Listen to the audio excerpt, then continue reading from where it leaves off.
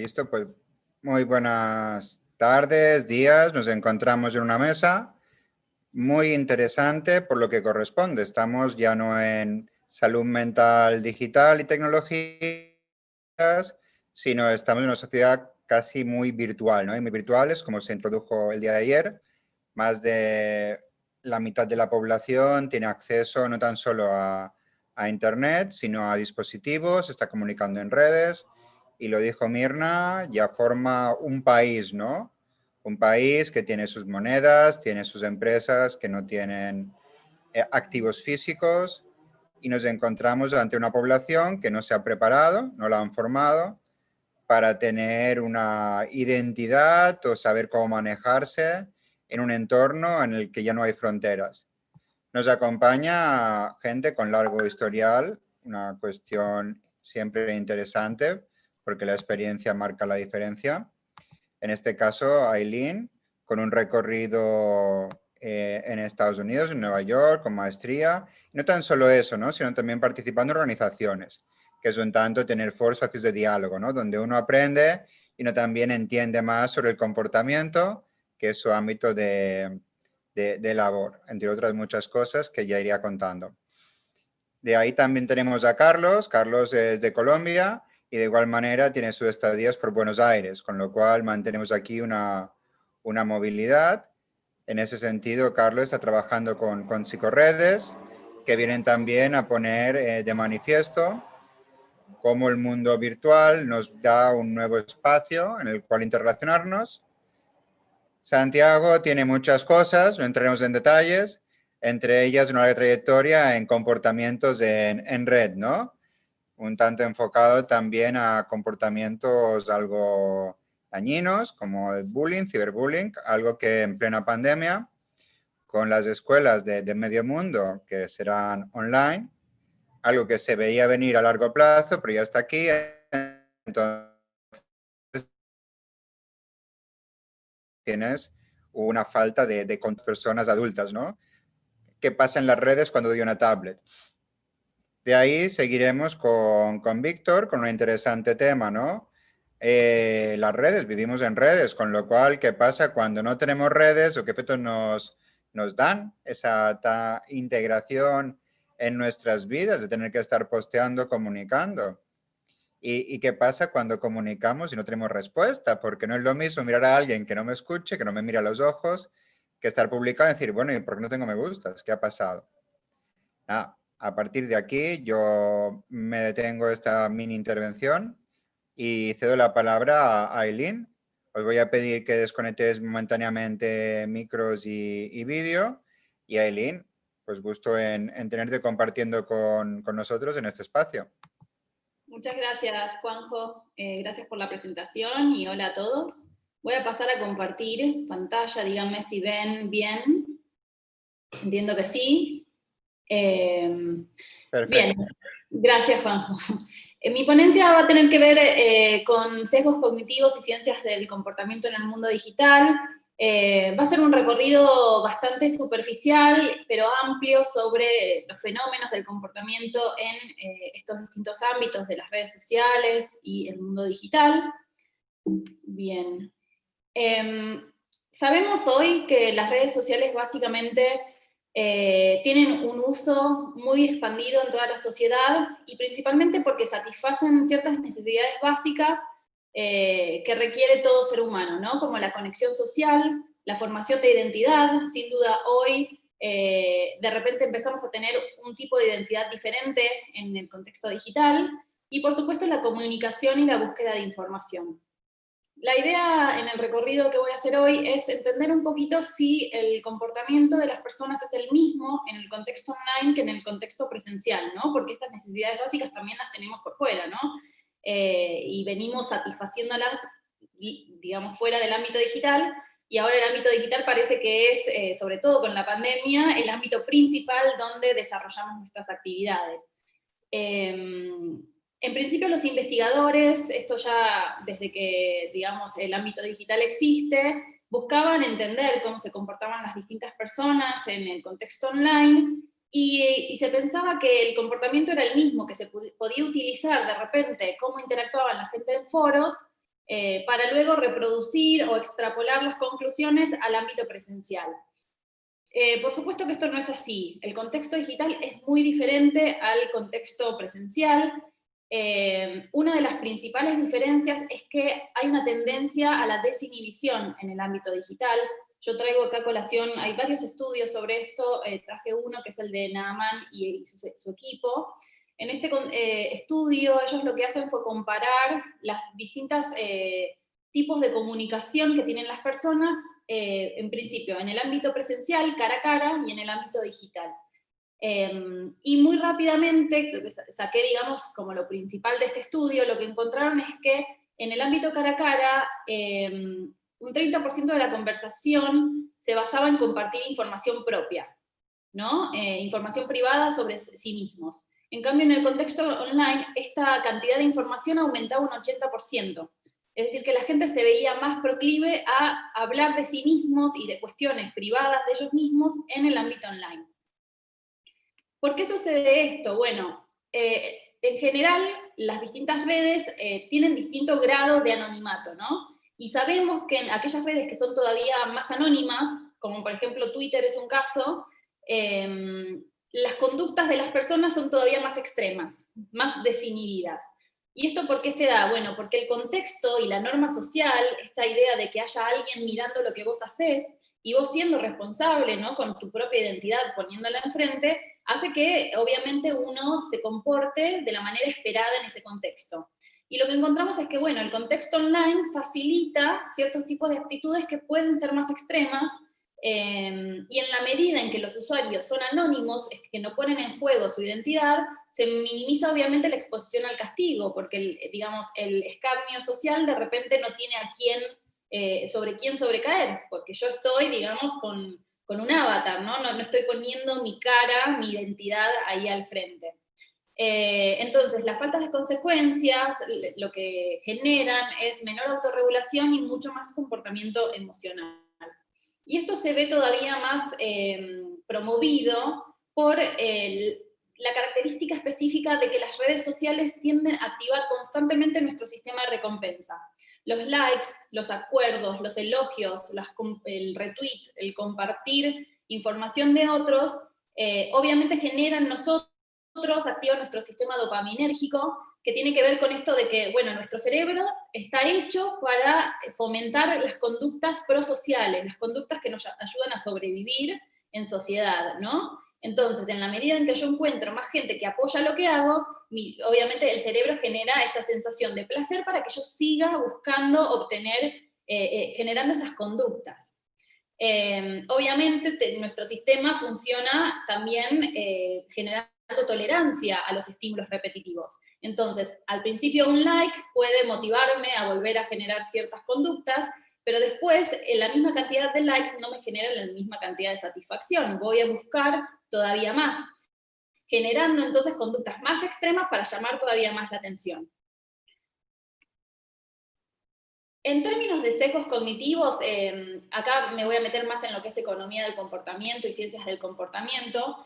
Básicamente esta disciplina se basa en esta idea, esta teoría del procesamiento dual, ¿no? De que nuestro sistema cognitivo tiene dos tipos específicos de forma de procesamiento de información.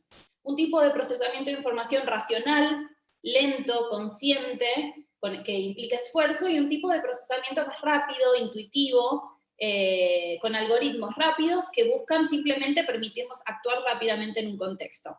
Ese pensamiento rápido nos genera sesgos, que son modos de procesar la información que muchas veces están sesgados, bueno, justamente porque no estamos poniendo nuestra parte racional a procesar la información y ver si realmente es como la estamos evaluando, ¿no? Y en el ámbito online hay dos sesgos que específicamente agudizan nuestras conductas extremas. Uno es principalmente el sesgo de confirmación, esta necesidad de buscar información en el medio ambiente que refuerce nuestras creencias previas. Todo lo que refuerza lo previo implica que no tenemos que hacer el esfuerzo de pensarlo de vuelta, evaluarlo racionalmente, sino que es, yo ya lo pensaba, listo, sigamos para adelante. Ese es el sesgo de confirmación. Entonces lo que sucede en las redes sociales es que tendemos a buscar información y a seguir a personas que básicamente piensan igual a nosotros, para ayudarnos a atravesar, digamos, la información de las redes sin tener que poner en juego el pensamiento más racional, sin poner en juego el pensamiento crítico, ¿no? Y luego está el sesgo de disponibilidad, que tiene que ver con que los estímulos repetitivos, esto también se llama efecto de mera exposición, que es que estímulos repetitivos, nuestro cerebro lo percibe, nuestra mente lo percibe de manera familiar, ¿no? Genera una sensación de confianza, porque es algo que se repitió y que no generó ninguna consecuencia negativa para nuestra supervivencia. Entonces, tendemos a asignar más probabilidad de que sea verdad algo que se repite que algo que no. Y muchas veces la verdad no tiene que ver con cuántas veces se repite, sino que tiene que ver con otras cosas. Entonces, ahí de vuelta nuestro procesamiento cognitivo puede afectar cómo veamos y cómo interactuemos en las distintas redes. Un tercer sesgo que afecta cómo interactuamos en las redes es el sesgo de autoridad.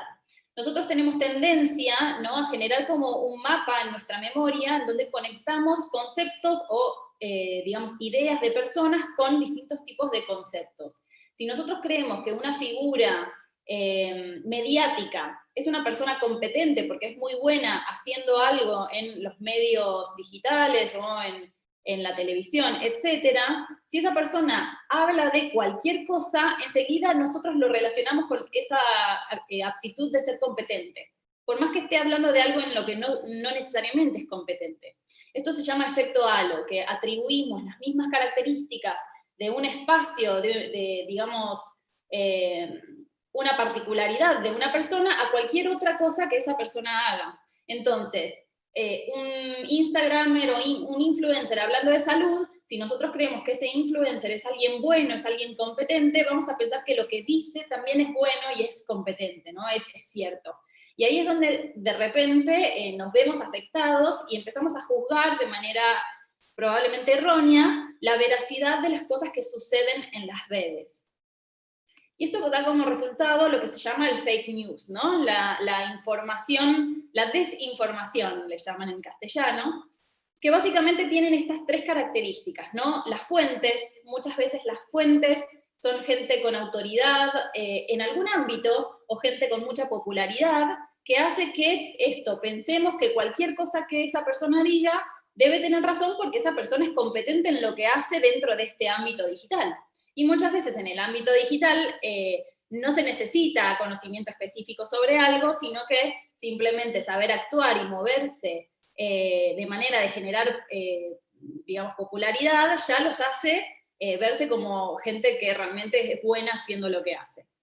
Luego tenemos el tema del contenido. Encontramos que los mensajes que se dan en las redes y que son más, digamos, compartidos, tienen características específicas, como ser muy atractivos, ser muy simples, contar una historia, que hace que el procesamiento mental de esa información sea muy fácil. Entonces, la mayor cantidad de personas que leen rápidamente un mensaje, porque encima pensemos en las redes sociales, la información abunda en demasía, entonces si uno se queda pensando mucho en un mensaje, pierde mucho tiempo. Es demasiado rápido la dinámica que se da dentro de las redes sociales. Entonces, un contenido simple y atractivo ya permite que las personas digan, ok, yo estoy de acuerdo con esto, pum, lo comparto. Y luego está el sesgo de las características del consumidor, digo. Dijimos que entonces las fake news tienen las características de quién lo dice, cómo lo dice y quién es el que lo percibe. Y ahí los consumidores tenemos que ser muy críticos pensando, bueno, ¿qué rol estamos cumpliendo nosotros? Por ejemplo, el sesgo de disponibilidad y el de confirmación, que les conté antes, básicamente juegan un rol principal para hacernos pensar que cierta información que está en las redes es digna de ser compartida. Si esa información, digamos, apoya lo que yo ya pienso, voy a tener más tendencia a decir, che, lo quiero compartir para que las personas alrededor mío lo vean y estén de acuerdo con esto. Y sesgo de disponibilidad, esto de que se repite muchas veces, directamente nos hace pensar que esto tiene que ser verdad, porque se está repitiendo un montón de veces, ¿no? Nos da esta sensación de familiaridad. Entonces son estas distintas cosas que tenemos que estar como muy atentos en el ámbito digital para darnos cuenta en qué medida somos vulnerables a tener ciertas actitudes que promueven acciones que no van a favor de información verídica, la evidencia, o mismo el pensamiento crítico, ¿no? Bien. Y acá, para terminar, digamos, mi ponencia, les quiero contar un experimento que hicimos con el Banco Interamericano de Desarrollo y la Fundación, el Instituto INECO, hace 2 años, pero bueno, duró un buen tiempo esta investigación, que tiene que ver con, bueno, cómo funciona también el procesamiento de la información de parte de, en este caso, profesionales de la salud. Y esto lo quiero destacar porque es interesante. En general, cuando se habla de estas actitudes que tal vez son extremas o están basadas en pensamientos, digamos, rápidos, sesgados, y que promueven el compartir información no verídica, pensamos que eso le pasa a la masa, ¿no? Al conjunto de la sociedad que probablemente no sepa de estos temas. Y acá en este estudio lo que queremos ver es en qué medida profesionales de la salud que entienden, que tienen, digamos, mucha capacidad cognitiva y conocimiento específico de los temas, es vulnerable también a este tipo de influencias del contexto y del formato de los mensajes, ¿no? Entonces lo que hicimos nosotros en este estudio fue evaluar a través de un experimento controlado aleatorizado el impacto de distintos tipos de mensajes online sobre la aceptación de ciertas políticas públicas. En este estudio lo que hicimos, primero contamos con la plataforma de Intramed, que es una plataforma en donde aglomera un montón de profesionales de la salud de Latinoamérica, y en general de habla hispana, también España, hay muchas personas que lo utilizan, y utilizamos específicamente la plataforma SurveyMonkey para mandar una encuesta a los distintos profesionales de la salud. Y tuvimos alrededor de una muestra de 3.000 profesionales de la salud, en realidad fueron 7.000, pero los separamos porque hicimos específicos mensajes para gente que trabajaba con adultos mayores y gente que trabajaba con desarrollo y niñez. En este caso les presento a adultos mayores porque el paper de niñez lo estamos trabajando recién ahora. Y lo que hicimos fue copiar estilos de comunicaciones tradicionales de los gobiernos, ¿no? Sobre políticas públicas específicas para esos profesionales. Este grupo control que les muestro acá básicamente es la presentación de una política pública para prevenir el maltrato al adulto mayor, y luego los profesionales se le preguntaba primero qué tan claro les pareció el mensaje, la política pública, qué tanto estaban de acuerdo con este mensaje y si estaban interesados en participar, y si creían que iba a tener impacto en la sociedad, si iba a ser un programa eficiente, ¿no? Entonces tuvimos el grupo control que básicamente emuló los mensajes típicos de comunicaciones tradicionales de los gobiernos, en principio de Chile, Argentina y Uruguay. Tuvimos un grupo tratamiento 1, que lo que hicimos fue aplicar simplificación, simplificamos el mensaje. ¿Se acuerdan que les dije que los mensajes de fake news tienden a ser muy simples? Lo achicamos con el mismo contenido, le pusimos bullet points, títulos explicativos. El grupo tratamiento 2 agregamos lo que se llama norma social, les pusimos en un recuadro rojo bien grande, 9 de cada 10 profesionales ya forman parte de este programa y han logrado ayudar a más de 100 personas mayores en situación de maltrato, buscando apelar a esta idea de que si tu grupo de pertenencia lo hace, vos también te vas a sentir impulsado a hacerlo. Y un grupo tratamiento 3, a quienes además del mismo mensaje simple y con la norma social, le pusimos, digamos, imágenes que permitían que el mensaje sea más atractivo y generar empatía con los adultos mayores, ¿no? Imágenes de adultos mayores y gráficos para que vean esta información que les estábamos poniendo. El resultado, básicamente, lo que se encontró es que en general los profesionales que recibieron los grupos tratamientos, los mensajes de tratamientos, versión simplificada, norma social y atractiva, presentaron sin duda más aceptación de las políticas públicas. Encontramos una tendencia no significativa, que sí fue significativa en el paper que estamos escribiendo ahora, de mostrar mayor interés en participar de estas políticas públicas cuando veían, digamos, los mensajes que tenían estas condiciones típicas de la información simple y atractiva. Y luego, a nivel país, sí encontramos una diferencia significativa en el impacto percibido. Es decir, los médicos o los profesionales de la salud creían que la política pública iba a ser más efectiva cuando la recibían atractiva, simple y con norma social de por medio. Entonces, la conclusión básicamente de este estudio es esto que un poco ya lo sabemos, pero está bueno recordarlo y tener evidencia a su favor, que es que cómo se presenta un mensaje sobre un programa o política pública afecta el interés y las ganas de participar de los profesionales que lo leen. Así que bueno, básicamente ese es un poco el resumen de mi ponencia. Muchas gracias y no sé, nos hablamos en las preguntas. No, por supuesto, muchas gracias, muy ilustrativo. Y es muy bueno siempre referir a esas investigaciones internacionales por cómo te acercan la realidad. Y hay un tema que luego comentaremos, y es como en psicología sobre todo nos preparan o preparan a mucha gente para atender, pero atender es más reto que dedicarse un tanto al marketing, en cómo hacer adictivos los temas, en cómo manejar los mensajes. Y el lado oscuro es más fácil, más rentable, y muchas otras cosas positivas a priori, ¿no? Entonces, claro, quienes investigamos, como esperamos un proyecto, que alguien lo financie y que nos lleve a sacar unos resultados y hay otros sectores que van un poquito más de prisita en eso. Lo conversamos al rato, si te parece. Damos un tanto la palabra a Carlos de Estrada y que nos va a contar también de... Está muy bien, hay mensajes, muchos mensajes. Carlos, conéctate. Capaz que hay demasiados mensajes por ahí, ¿no?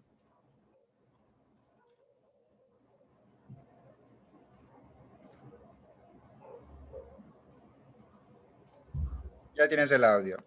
Ah, perfecto. Bueno, muy buenas tardes para todos y para todas. Pues un gusto estar por acá compartiendo esta reflexión que, bueno, al interior del equipo de Psicorredes es bastante interesante y de hecho pues muy cercana en términos de la presentación pues, que nos acaba de compartir Alain, ¿sí? Bueno, les quiero contar entonces que mi nombre es Carlos Estrada y voy a estar compartiéndoles justamente qué ocurre, o al menos en términos de dimensiones psicosociales, cuando esta información justamente avasalla, ¿sí? Que es el caso de lo que llamamos infoxicación, ¿sí? Bueno, y para comenzar por acá, pues compartirles un poco esta experiencia, ¿cierto? Como qué pasa en un minuto en Internet, que son 60 segundos en Internet. Y vemos que justamente en comparación entre el año 2018 y el año 2019, pues hay cierto tipo de procesos que de hecho crecen exponencialmente, como es el caso del scrolling en Instagram, ¿sí? También los videos de YouTube que se envían, las aplicaciones que se descargan, las búsquedas en Google, los login en Facebook, ¿cierto? Todo este tipo de elementos que nos van justamente señalando cómo cada vez usamos más cierto tipo de herramientas digitales. Llama también mucho la atención el número de correos que enviamos en un minuto, ¿sí? 187 millones para el año 2018, 188 millones, insisto, por minuto. En ningún otro momento de la historia humana tal y como la conocemos se producía este tipo de información en esta cantidad y en esta disponibilidad. Entonces, bueno, estos dos ejes van a ser fundamentales para poder llegar a hablar de infoxicación. Bien, eso como contexto, como panorama de la información que tenemos cerca, ¿cierto? Tan cerca como tenemos el bolsillo del pantano. Bien, en términos del concepto, para adentrarnos justamente en lo que entendemos como infoxicación, tendríamos que decir que pues, hay dos perspectivas que básicamente se encuentran en esta idea. Y es que la infoxicación es justamente una sobrecarga producto del exceso de información a la que nos vemos abocados en diferentes contextos.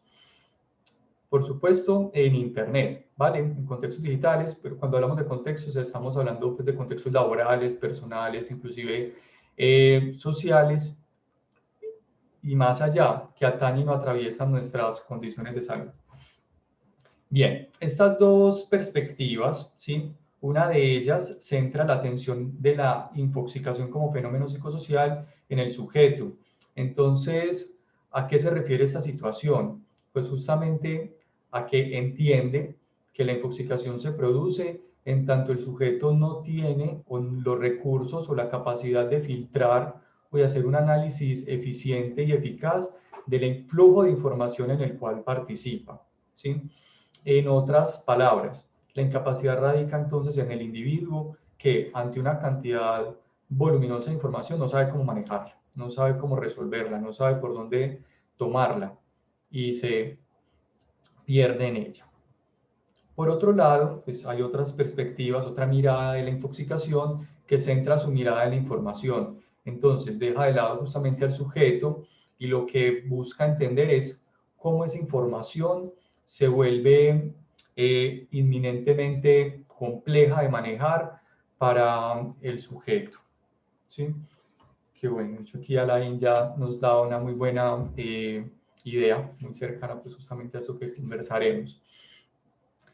Con todo ese contexto, nos parece importante que podamos pensar también la infoxicación como un fenómeno relacional o psicosociológico, ¿sí?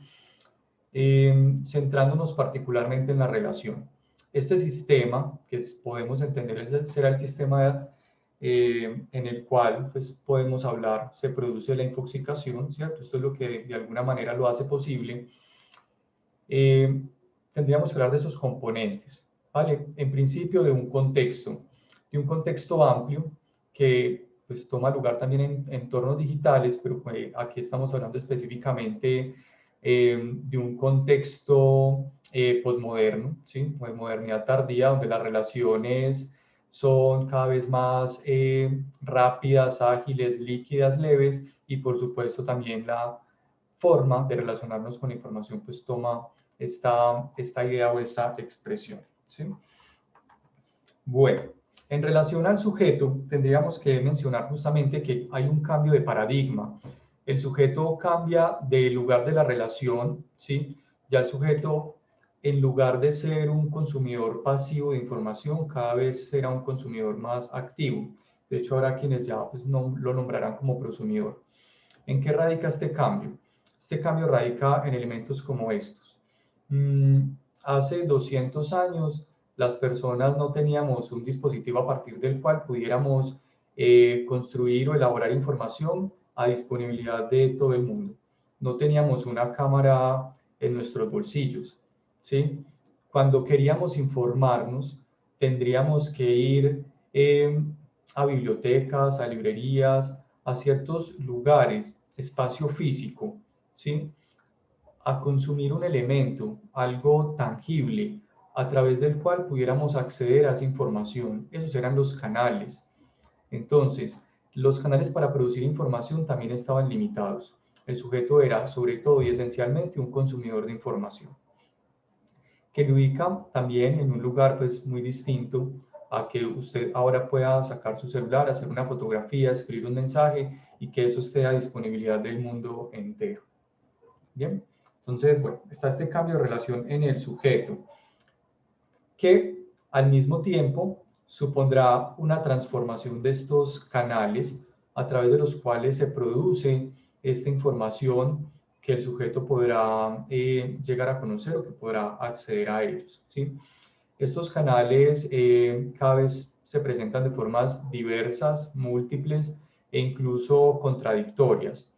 Toman la forma de blogs, de correos, de redes sociales digitales, ¿sí? En contextos laborales, de archivos con diferentes nombres o de diferente procedencia, de diferente autoría, y todos con información pues, cercana, parecida o, insisto, hasta contradictoria. Entonces estos canales, justamente en este momento contemporáneo, pues se hacen cada vez más ricos en términos de cantidad, ¿vale? ahorita conversamos sí, en términos de calidad. Bueno, y nos presentan pues también esta información de una manera distorsionada. Lo que configura una forma de relación entre este sujeto y la información que se emite en estos canales, muy cercana a lo que conocemos como una relación de consumo, ¿sí? Entonces la información se entiende que puede ser en tanto más mejor, cuando realmente este asunto tendría también que pensarse en términos de la calidad misma de la información que producimos y que consumimos o a la que nos acercamos. Bueno, incluso esta relación pues estará cercana justamente a esta necesidad constante de estar informados, que posteriormente pues habremos de llamar como FOMO o miedo a perderse de algo. Pero ahora pues una relación de levedad y rapidez. Constantemente estamos en función de informarnos, ¿sí? Y algo que incluso cambia bastante esta dinámica de relación de este sujeto con esos canales es que ya no tenemos que ir a buscar la información, ya la información nos busca y nos hace un llamado a, hey, consúltame, ¿sí? ¿En qué sentido y en qué medida? Tenemos un mensaje de texto en el celular y el celular nos avisa. El celular nos dice, hey, revisa, ¿sí? Ya no es cuando queramos revisar el celular en muchas ocasiones, ya es también cuando el celular nos lo puede decir.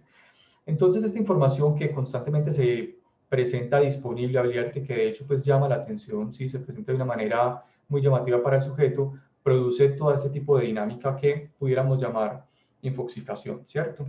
Este proceso justamente ocurre cuando ante estas condiciones de información el sujeto no puede, insisto, analizar de manera eficaz la misma.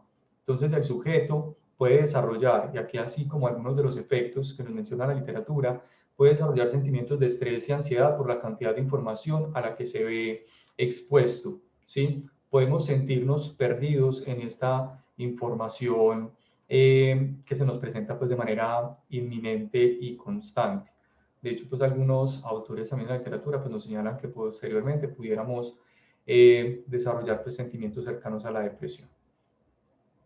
Por otro lado, también este exceso de información disponible y la incapacidad misma para hacer una adecuada gestión de ella puede redundar en una disminución de esta capacidad analítica y disminución de la capacidad de decisión.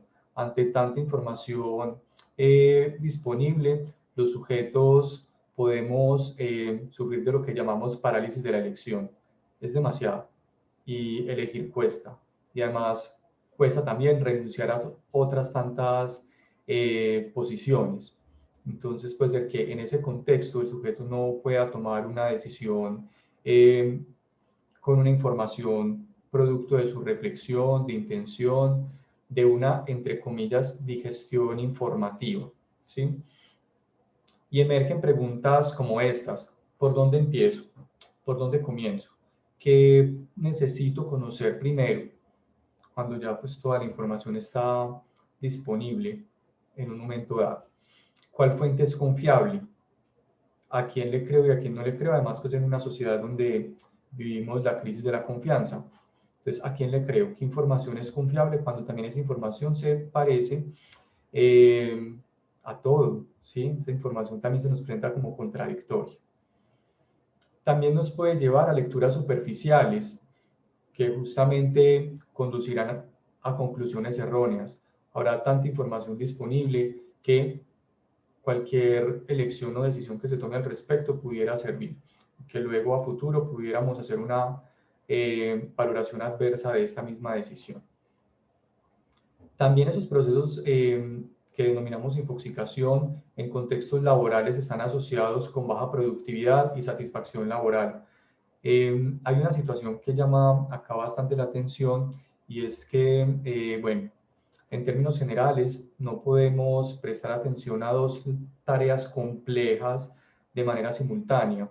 Y es algo que comienza a visibilizarse las personas cuando estamos, por ejemplo, pues, trabajando, redactando un informe, escribiendo algo y distraemos nuestra atención para responder un mensaje de WhatsApp o para hacer scrolling en Instagram o incluso en el mismo escenario laboral para responder un correo que recién llega, ¿sí?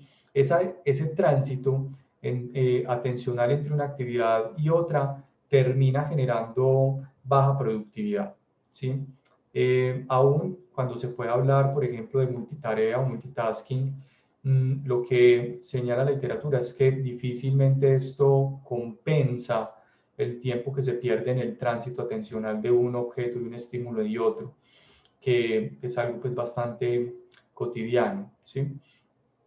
Y producto también, pues con esta baja productividad se pueden desarrollar pues justamente sentimientos de insatisfacción laboral, puede disminuir, en tanto el sujeto también pues puede notar, puede ver que su productividad baja, aunque puede ser que le cueste ver que obedece justamente a esos tránsitos atencionales.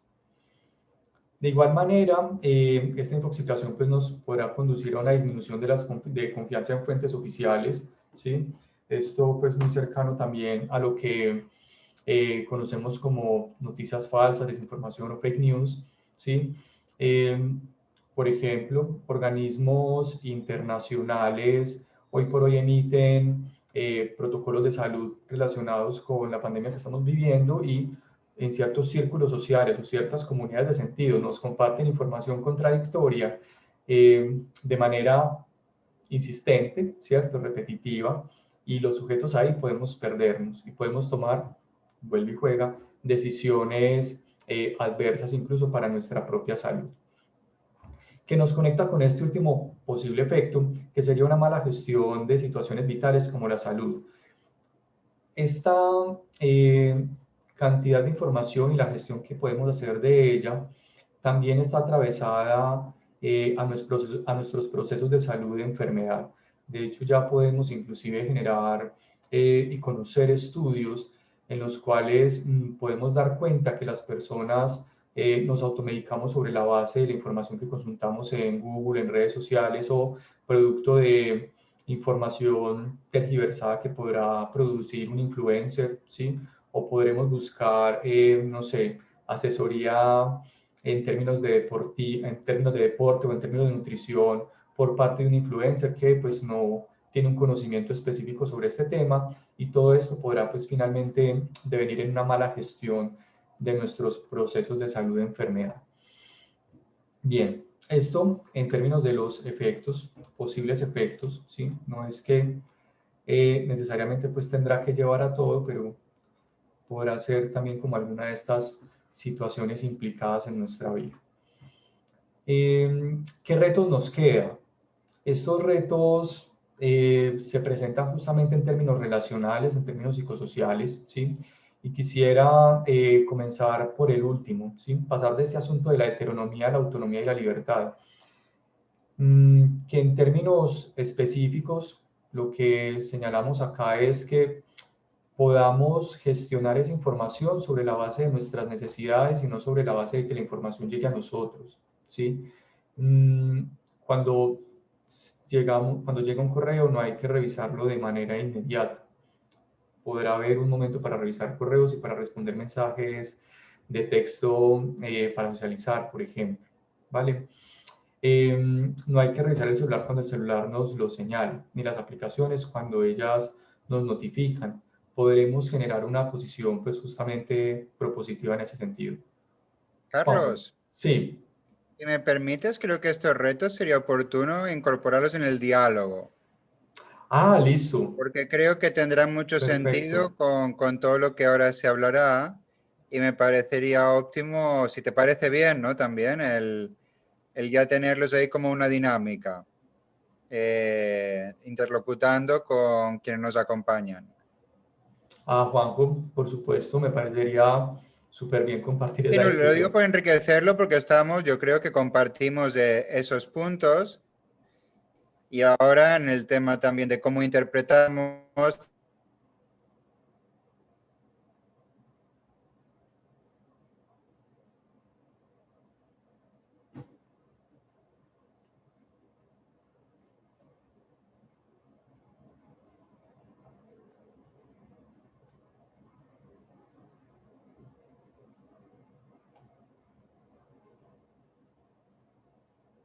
Juanjo.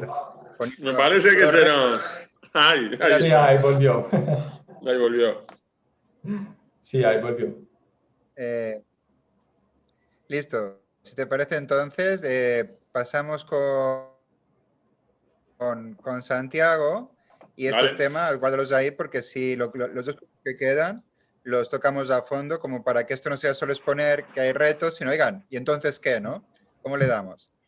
Perfecto, muchas gracias. Santiago, Dale. a ti, faltaría, disculpa aquí el corsarismo. Más Santiago, bien. entonces, ¿cómo tenemos esta cuestión de tanta población conectada y lo que se daba en persona, pues obviamente también se da en ese otro?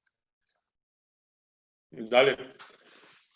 Bueno, nuevamente gracias a todos los asistentes y también por un sábado, bueno, por ahí ahora con el tema del aislamiento, no podemos salir a muchos lugares, por lo menos en Argentina y en otros países, pero bueno, agradezco a Juanjo, a Amor, etcétera, nuevamente, y al resto de los expositores. Bueno, como dice la ponencia de hoy, el tema mío es principalmente el bullying, pero sobre todo el ciberbullying y su impacto en la ideación suicida y las conductas de autolesiones de los adolescentes. La pregunta por ahí es un poco, bueno, estamos exagerando, todos sabemos los riesgos que tiene el bullying, tanto el ciberbullying, pero realmente hay un impacto o una influencia grande en conductas de suma gravedad, como la ideación suicida y las autolesiones en los adolescentes. Me refiero a sufrir de bullying o de ciberbullying, por ahí, como decía Juanjo también, hoy en día, debido al aislamiento que las clases se dictan a través de las nuevas tecnologías, nosotros llevamos a cabo un estudio donde también vimos que se incrementan a raíz de que los adolescentes y todas las personas pasan más tiempo conectados, incluso de este año al año pasado hemos visto que se han incrementado las conductas de ciberbullying, como también la de sufrir grooming online, por eso el tema no es menor. Bueno, para empezar un poco, ¿qué es el bullying? Primero debemos definir a qué nos referimos con conductas de bullying. Yo siempre me voy a referir al bullying o ciberbullying entre adolescentes, entre lo que se llaman pares, un adolescente hacia el otro. Puede ser un adolescente de la misma edad, un año mayor, un año menor, aquel que haga el bullying o el ciberbullying sobre el otro adolescente, pero siempre nos referimos al bullying o acoso, de la forma de traducirlo al español, al tema del bullying. Siempre a nivel de pares me estoy refiriendo, no al maltrato de un adulto hacia un adolescente. Carlos y Raúl no se quieren y se empiezan a pegar. Eso es bullying. Cualquier conducta, ya sea bullying, ciberbullying, lo primero es identificarla. Porque hoy en día, sobre todo en Argentina, que somos de hablar mucho, de opinar de temas sociales, psicológicos, se habla mucho de bullying, ay, me hacen bullying, los famosos salen hablando y diciendo, ella me hace bullying, me hace bowling, me hace bullying. ¿Qué pasa? Esto, Carlos y Raúl no se quieren y se empiezan a pegar, no. Estas viñetas son de Smith, un autor inglés, que las usa para evaluar cualitativamente cómo los adolescentes definen el bullying. Hay ideas muy erróneas de lo que es el bullying, incluso en los adolescentes mismos y en los niños también. Esto es algo muy negativo, pero no es bullying. Esto puede ser una pelea, pero no es bullying. Carla le pega a Rocío porque le dice estúpida. Esto tampoco es bullying. Que una situación de bullying puede desencadenar una pelea, sí, pero no estamos hablando de bullying ahí tampoco. En cambio, acá Ana le pega a Luisina, que es de un curso más chico, que es más pequeña, va a un curso inferior, cada vez que puede, ahí sí estamos hablando de bullying. Esto es agresión, por supuesto, y lo anterior también. ¿Qué pasa con el bullying? El bullying es mucho más grave a nivel de la salud mental de las víctimas. ¿Por qué? Porque son agresiones, pero con características especiales. Son agresiones reiteradas, cada vez que puede. Ana le pega a Luisina. ¿Y cómo es Luisina en comparación con Ana? Bueno, menor en edad, más pequeña físicamente en este caso. Y eso lo hace más grave, la reiteración, y que la víctima, Luisina, no está en la misma posición para defenderse. No hablamos de que le pegue, pero está en una posición más vulnerable. En el fondo, el bullying es un maltrato de una persona más fuerte, más poderosa. El poder, la desigualdad de poder puede radicar en un montón de factores. Acá estamos hablando de la edad, pero puede ser un adolescente más popular, con más amigos, que le hace bullying a otra persona más impopular, más tímida, etc. Entonces, el bullying, Dan Olweus, nosotros adaptamos a la Argentina el cuestionario de este autor, que es uno de los más importantes en el mundo, lo define al bullying como una agresión intencional repetida, con un desbalance en la fuerza física y o mental, lo que dijimos, un abuso de poder, y puede ser verbal, físico, indirecto, relacional. Pero hoy en día, y acá viene el punto sobre todo de esta ponencia, un poco lo que decía también la ponencia anterior, en un minuto, todo el tráfico de comunicación que hay en Internet, la popularidad de las nuevas tecnologías dio lugar también al ciberbullying. Esto es una gran muestra que nosotros tenemos, pero hablando de bullying en este caso, pero para que se vea la magnitud del problema. Bueno, grupos neutrales significan adolescentes, esto con el cuestionario de Dan Olweus. O sea, personas que no han estado involucradas, adolescentes, en el bullying, un 75%. Pero esto deja que un 25%, que es un porcentaje no menor, esté involucrado en situaciones de bullying, ya sea como víctima, como agresores o adolescentes que llevan a cabo el bullying, o los que por ahí tienen los peores correlatos psicosociales, adolescentes, que son agresores, pero también son víctimas del bullying. Víctimas del bullying tenemos un 13%, agresores 7%, y los que cumplen ambos roles 5%. Por supuesto, el bullying no es un problema solo de las personas que son víctimas o que llevan a cabo el bullying, sino que también lo que se llaman los espectadores, alentando el bullying, festejándolo, filmándolo con los celulares, también son responsables de que el bullying se lleve a cabo. Lo que decíamos, hoy en día las nuevas tecnologías dieron lugar a otro tipo de bullying, el ciberbullying. Esto es un meme de los Simpsons que a mí siempre me gusta usar. Y entonces cuando no le contestabas, le enviabas un zumbido. Esto hace referencia, mucha gente joven tal vez no lo alcanzó a ver, el chat del MSN, que hace 12 años atrás, 11, era re popular el tema del MSN. Hoy parece que fue en la Edad Media que usábamos este chat de Hotmail. Esto también suma complejidad. La ponencia anterior, muy bien, la de Aileen, hablaba también de cómo las nuevas tecnologías imponen un nuevo tipo de comunicación, etc. Cómo están tan presentes y a veces nos bombardean de información, de mensajes. Y también otro reto, que es para después, tal vez para la charla final, el tema de esto que cambien tan rápidamente, que aparezcan nuevas aplicaciones, desaparezcan otras, esto le suma una complejidad también a los adultos, a los docentes, porque a los padres, porque nosotros a veces nos quedamos afuera de qué es el Snapchat, qué es el Twitter, cómo se usa, etcétera. Esto es lo que yo decía, los cambios rápidos en las tecnologías de la información y la comunicación, la brecha que generan entre adolescentes y adultos, principalmente nuevas tecnologías, hablamos de computadoras, celulares, y mi enfoque es que las TIC, como toda cuestión, tiene beneficios y también tiene muchos riesgos, como cualquier cuestión. Los beneficios, nunca hemos estado tan comunicados, el acceso a la información nunca ha sido tan al alcance de la mano, también está la desinformación. Las nuevas tecnologías favorecen la creatividad, también los youtubers, los jóvenes se pueden expresar. La automatización, hoy en día se procesa muy fácil la información, y también tienen una función muy importante en la investigación para lo que es la minería, la big data, etc. Bueno, ¿y qué es el ciberbullying? Yo le traje un relato acá, que es un poco ficcionado, porque la pregunta es, ¿el ciberbullying es lo mismo que el bullying?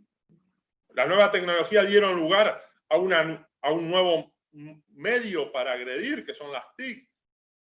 No sabemos si están así. Por ejemplo, un relato, Marco y Daniela son dos adolescentes de 16 y 13 años, son novios desde hace 2 meses.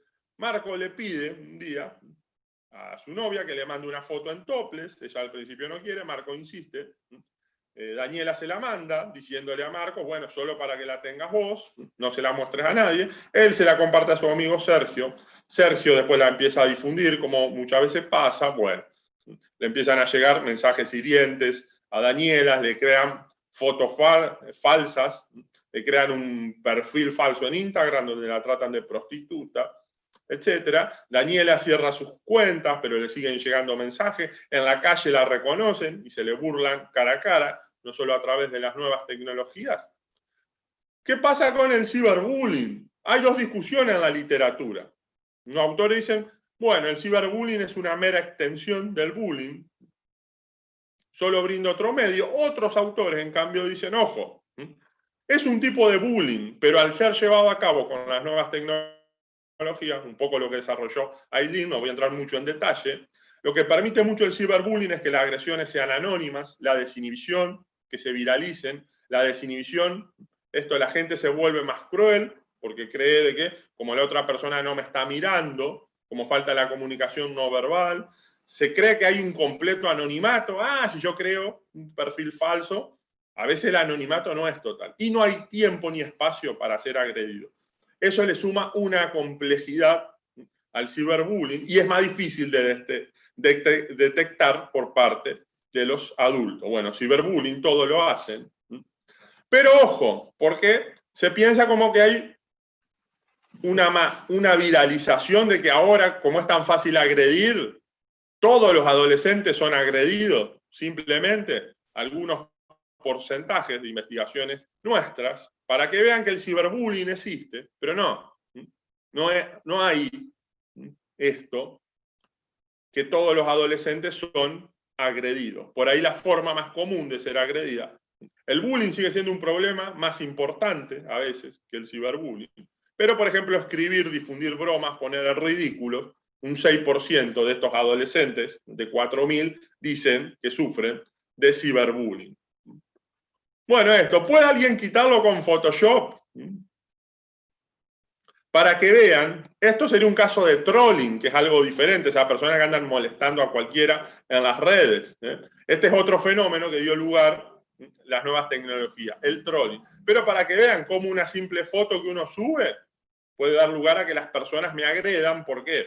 Porque es muy fácil agredir, el anonimato, etc. Y finalmente, para ir cerrando y no perder más tiempo para la próxima ponencia, nosotros queríamos ver a ver si el bullying y el ciberbullying predecían, influían en el suicidio y las conductas de autolesiones por encima del nivel de depresión previo que tenían las víctimas y cibervíctimas. ¿Por qué? Porque, obvio, hay muchas investigaciones que dicen que hay una relación entre ser victimizado y la ideación suicida y las autolesiones. Pero la pregunta ¿es un efecto directo del bullying, de sufrir bullying o ciberbullying? ¿O es que el bullying aumenta la sintomatología depresiva y eso afecta al suicidio? O sea, y las autolesiones. ¿Hay un camino directo del bullying, de sufrir bullying y ciberbullying? Bueno, algunos porcentajes de esta muestra de 532, a los cuales le aplicamos estos cuestionarios. Conductas de autolesiones, había un porcentaje importante. Torturarse uno mismo, con pensamientos de derrota, 36%. Abusar del alcohol, 31%. Las ideación suicida también estaban presentes. Por ejemplo, un 10% indicaba un alto deseo de morir. Un 3% que las razones de morir superaban a las de vivir. Y con respecto a la pregunta con regresiones lineales múltiples, vimos que el bullying y el ciberbullying predecían un 23% de la varianza de la autolesión. ¿Y qué pasa? Y los dos predictores, tanto el sufrir de bullying como la depresión, eran predictores significativos. Entonces se comprobaba de que había también una influencia directa de la victimización y la cibervictimización. Y para la ideación suicida se predecía un 22% y también ambos predictores eran significativos. Y finalmente nos interesaban saber de las preguntas que componen el cuestionario que nosotros usamos para medir la victimización y la cibervictimización, cuáles preguntas se asociaban más con las autolesiones.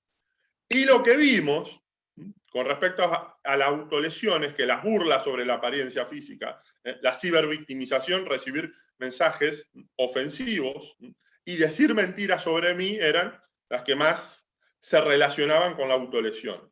Para la ideación suicida, el ser excluido y ser objeto de burla sobre la apariencia física eran los predictores más significativamente.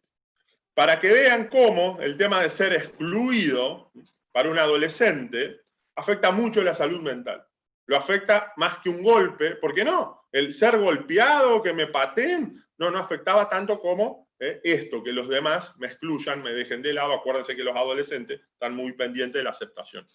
Bueno, acá cerraría para no quitar más tiempo. Había otra cuestión de prevención del ciberbullying, pero lo trabajamos en las preguntas, cómo se puede prevenir el ciberbullying, etc. Bueno, muchas gracias por su atención. Perfecto. Perfecto, para terminar con un propositivo, yo te admiro por el tema del Messenger, soy fan, cualquier día...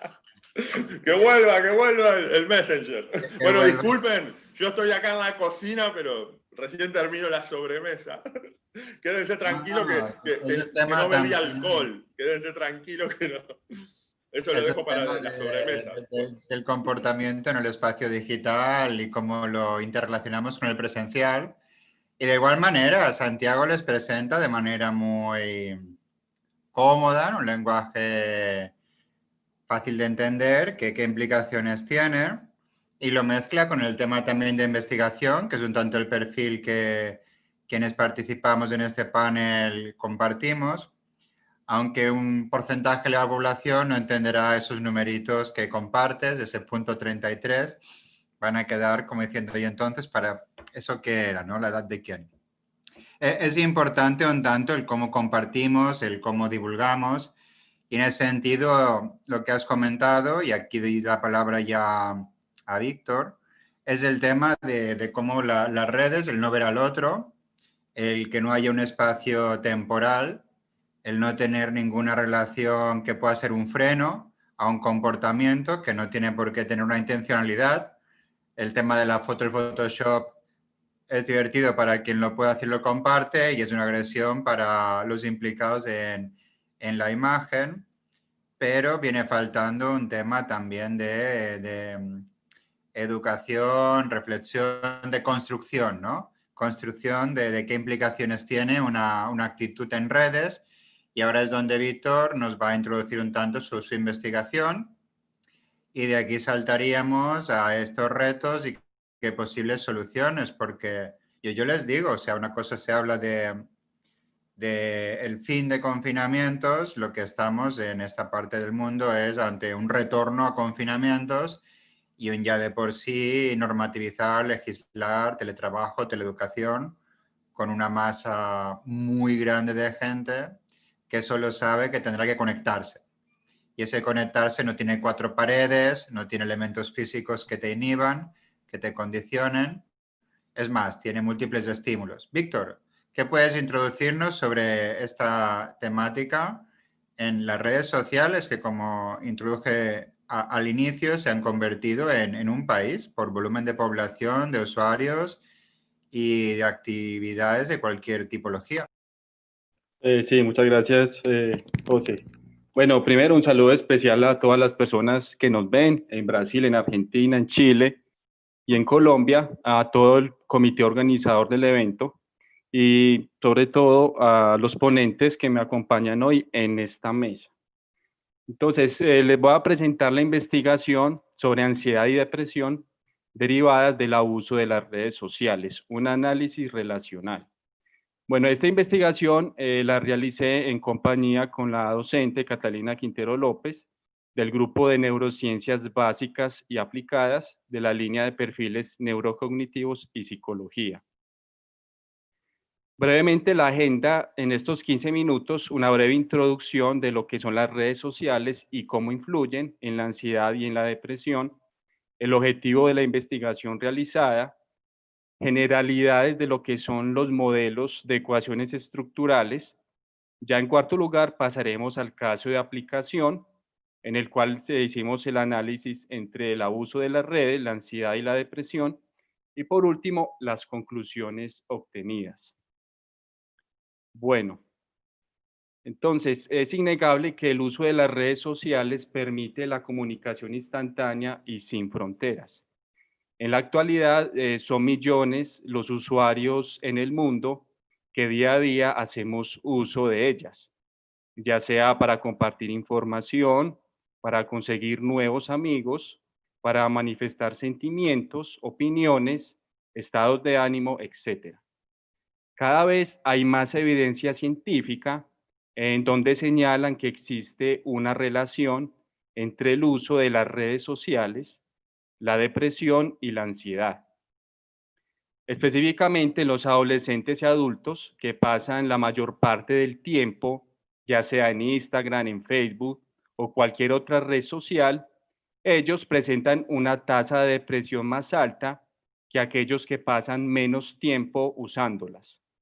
En estas investigaciones muestran que existe una correlación, más no causalidad, ya que tanto la depresión como la ansiedad pueden ser causados por diferentes factores y no solo por el hecho de usar una red social. Solo en los Estados Unidos, el aumento de la depresión en la última década se produjo en compañía con el aumento del uso de teléfonos inteligentes o smartphones, al igual que la tasa de suicidio en niñas y en adolescentes. Bueno, diversas investigaciones también señalan que existe una excepción a la relación que se presenta entre la depresión, la ansiedad y el uso de las redes sociales. Específicamente son aquellas personas que son grandes usuarias de las mismas, pero ellas también mantienen un alto nivel de interacción social de manera presencial e interactúan de manera frecuente fuera de línea. No presentan un aumento en los síntomas depresivos y de ansiedad. A diferencia de aquellas personas que únicamente se basan en la interacción a través de las redes sociales. Bueno, entonces el uso excesivo de las redes sociales genera el famoso FOMO, que es el miedo a perderse la acción, el miedo a no estar conectado al mundo social. Esa necesidad de sentirse conectado muchas veces supera lo que está sucediendo en la vida real.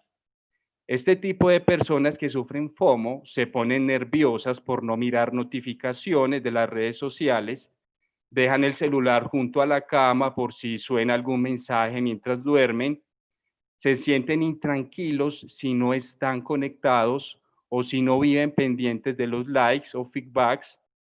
Entonces, ¿qué pasa? Si una persona está tratando de ponerse constantemente al día con las actualizaciones en línea, esas personas están priorizando las interacciones sociales que, digámoslo así, no son tan gratificantes emocionalmente y que en realidad pueden hacerlas sentir incluso más aisladas. Algunos autores también señalan un aumento de la depresión a causa de la pérdida de la autoestima, especialmente en las adolescentes, cuando ellas se comparan de manera negativa con fotos editadas de niñas, de mujeres, que aparentan ser más bonitas, más delgadas, más populares, más ricas. Todo eso les genera a ellas la idea de lo que ven en esas fotos es lo que es aceptado y valorado en la sociedad, lo que los lleva a perjudicar su autoestima y a dañar la confianza que tienen en sí mismas. Según la Real Academia del Reino Unido para la Salud Pública, Instagram, impulsada principalmente por fotografías, es la red social que más lleva a los jóvenes y adolescentes a reportar que sienten ansiedad, que sienten depresión y preocupaciones sobre la imagen corporal.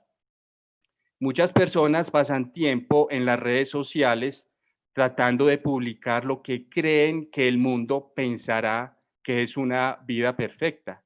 Y si no lo hacen, se preocupan que sus amigos o amigas no los acepten. Se llenan de miedo a ser rechazados. Bueno, en lo que respecta ya a la ansiedad, las personas que se conectan de manera obsesiva con una red social se desconectan de manera irremediable de sí mismas, de lo que sienten, de dónde están, de lo que están haciendo, y todo ello puede llevar a una devaluación personal, a sentirse vacío o a vivir la propia vida a través de la vida de las demás personas. Sin embargo, debemos aclarar que no a todas las personas le afecta de igual forma el uso de las redes sociales, al igual que otras adicciones. Así, por ejemplo, el consumo de alcohol. Muchas personas consumen alcohol, pero solo para algunas personas el alcohol se convierte en un veneno. No todas las personas, digámoslo así, son igual de vulnerables. La vulnerabilidad está más en función de factores de riesgo, ya sean factores personales y sociales, baja autoestima, necesidad de aceptación, necesidad de pertenencia a un grupo, entre otros. Entonces, por lo general, las personas que sufren depresión y ansiedad derivada del abuso de redes sociales son personas que sienten la necesidad de mirar las redes sociales numerosas veces al día. Y es lo primero que hacen al levantarse. Revisan con mucha frecuencia los perfiles de redes y esperan obtener con la mayor inmediatez del caso un feedback o un comentario positivo de lo que publican. Y se frustran si no lo consiguen. Entonces, todo eso genera efectos depresivos. También son personas que de manera compulsiva le dan un like de me gusta a todas las publicaciones del muro, revisan los perfiles de los demás y hacen comparaciones con su vida, lo que los hace pensar que la vida de los otros es mejor que la vida de ellos. Sienten la necesidad permanente de publicar, fotografiar todo lo que viven, todo lo que les sucede, inclusive cuando están en compañía de otras personas. Prefieren sustituir las conversaciones presenciales cara a cara a través de charlas en línea en Internet porque se sienten de alguna manera un poco más cómodas. Si estas personas salen de su casa sin su celular, sienten estrés y por lo general se mantienen en línea la mayor parte del día.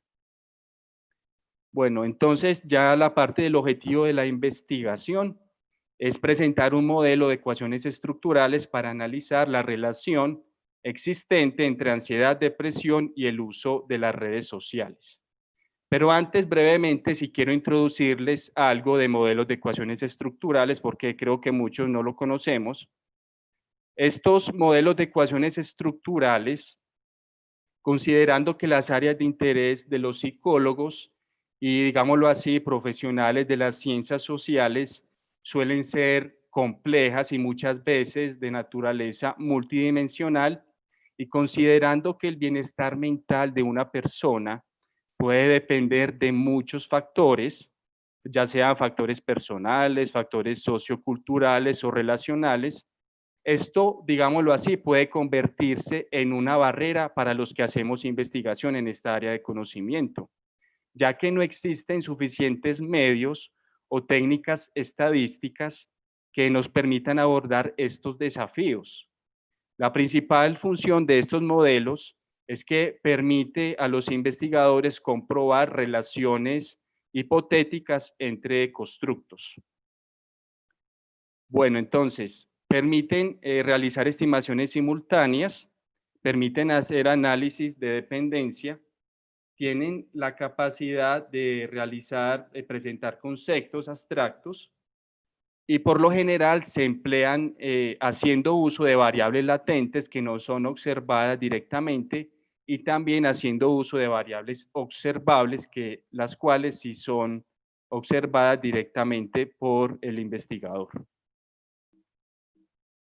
Bueno, entonces, a diferencia de otras técnicas estadísticas típicas muy empleadas, las cuales son potentes y son muy válidas, llámese un análisis de varianza, un análisis de regresión lineal simple o múltiple, modelos logísticos, estas técnicas son buenas, pero tienen el limitante de que únicamente permiten analizar el efecto que tiene la variación de una variable independiente o varias variables independientes sobre una única variable dependiente.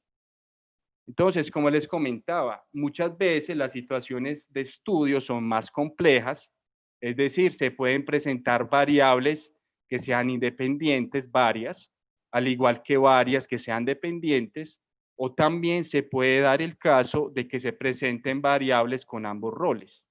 Esta es una ventaja, una bondad que nos permiten los modelos de ecuaciones estructurales.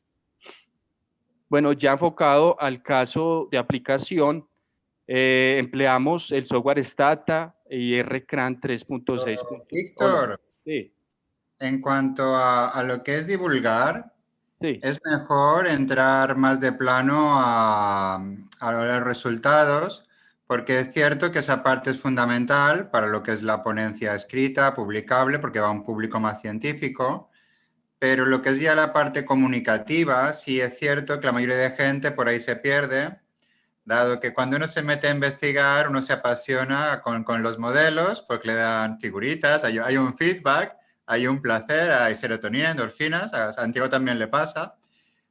Pero sí nos toca, cuando es la parte más de imagen, de audiovisual, no hace falta montarse un Netflix, que uno no sabe si lo que te escriben es real, pero te lo quieres creer. Sin embargo, te diría que centres el cierre en lo que sean más temas como para el diálogo, ¿no? ok. Y esa parte directamente la incluimos en lo que irá en publicación hacia el ámbito científico, para que quienes atienden el seminario y visualizan el vídeo después se centren un tanto en lo que es el tema, ¿no? ¿Qué nos encontramos ante la exposición a redes? Bueno, ok.